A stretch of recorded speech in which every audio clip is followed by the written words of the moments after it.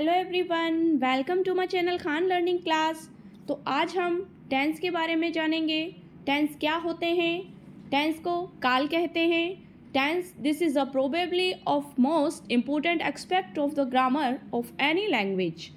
मतलब कभी भी ये किसी भाषा के व्याकरण का सबसे महत्वपूर्ण पहलू होता है जिसे हम टेंस कहते हैं। अब टेंस कितने प्रकार के होते हैं? तो टेंस 3 प्रकार के होते हैं, जिसमें फर्स्ट होता है प्रेजेंट टेंस, सेकंड होता है पास्ट टेंस और थर्ड होता है फ्यूचर टेंस।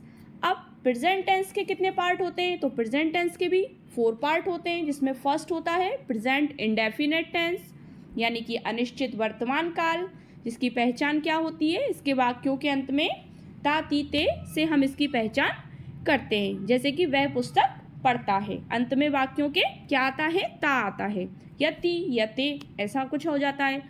फिर नेक्स्ट है प्रेजेंट कंटिन्यूअस टेंस। अब प्रेजेंट कंटिन्यूअस टेंस क्या होता है? निरंतर वर्तमान काल, जो कि समय अभी चल रहा है। अब निरंतर वर्तमान काल की पहचान क्या होती है? जैसे रहा है, रही है, वह खाना खा रहा है, वह चाय पी रही है, वह घर जा रही है। तो ये वाक्यों के अंत में रहा, रही, रहे से इसकी पहचान कर सकते हैं हम। नेक्स्ट होता है प्रेजेंट परफेक्ट टेंस। अब प्रेजेंट परफेक्ट टेंस मतलब परफेक्ट, जिसमें कार्य का पूरा होना दर्शाया जाए। इसे हम क्या कहते हैं?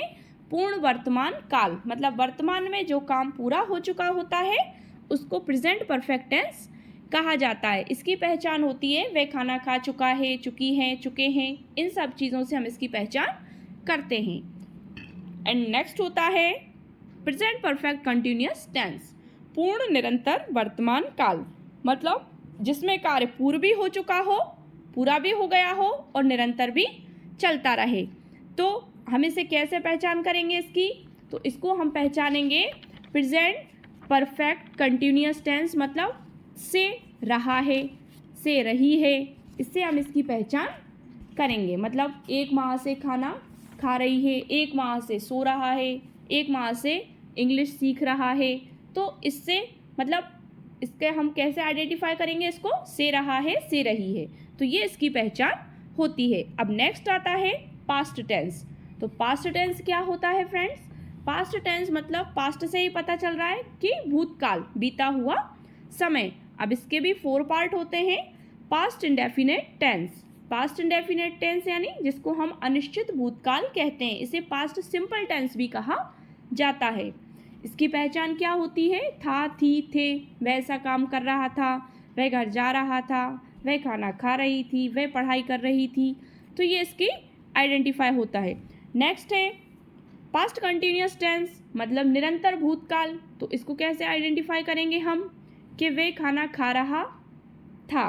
अब निरंतर भूतकाल क्या हो जाएगा? खा रहा था, तो रहा रही हो जाएगा इसमें।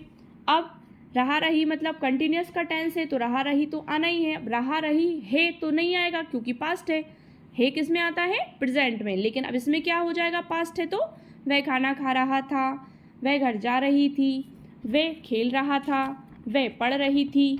तो ये सारी चीज़ें इसमें आती हैं।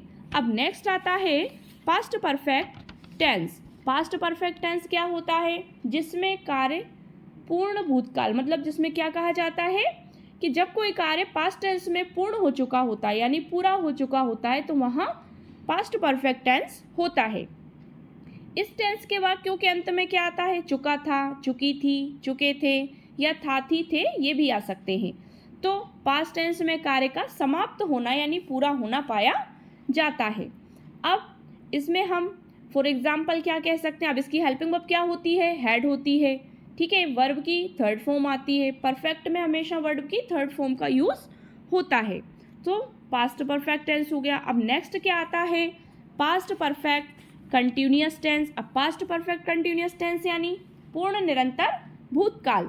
मतलब पास्ट टेंस में जब कोई कार्य पूरा होकर भी जारी रहे तो वहाँ पास्ट परफेक्ट कंटिन्यूअस टेंस होता है। अब इस टेंस के वाक्यों के अंत में क्या आएगा? हम पहचान कैसे करेंगे? से रहा था, से रही थी, से रहे थे आदि आते हैं। जैसे फॉर एग्जाम्पल और वर्ब में आईएनजी लगती है और हेल्पिंग वर्ब इसकी हैड बीन हो जाती है। अब इसका एग्जाम्पल क्या हो सकता है? वह 10 मिनट से गीत गा रही थी। अब इसमें टाइम भी बताया जाता है तो कैसे बनाएंगे इसको? She had been singing a song for 10 minutes.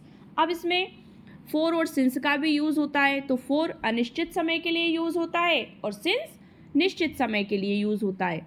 अब नेक्स्ट है फ्यूचर टेंस। अब फ्यूचर टेंस क्या होता है फ्रेंड्स?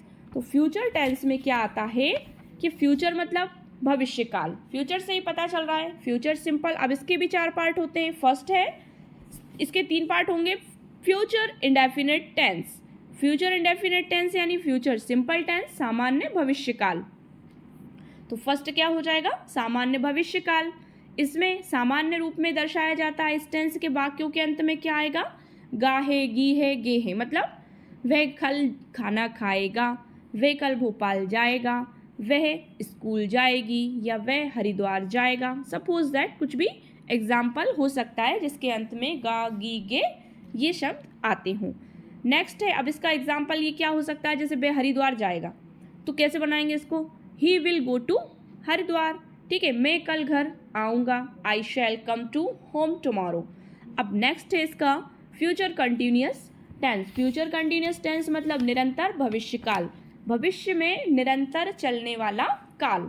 तो जब कोई कार्य फ्यूचर टेंस में लगातार जारी हो और पूर्ण ना हुआ हो तो उसे वहाँ फ्यूचर कंटिन्यूअस टेंस हो जाता है।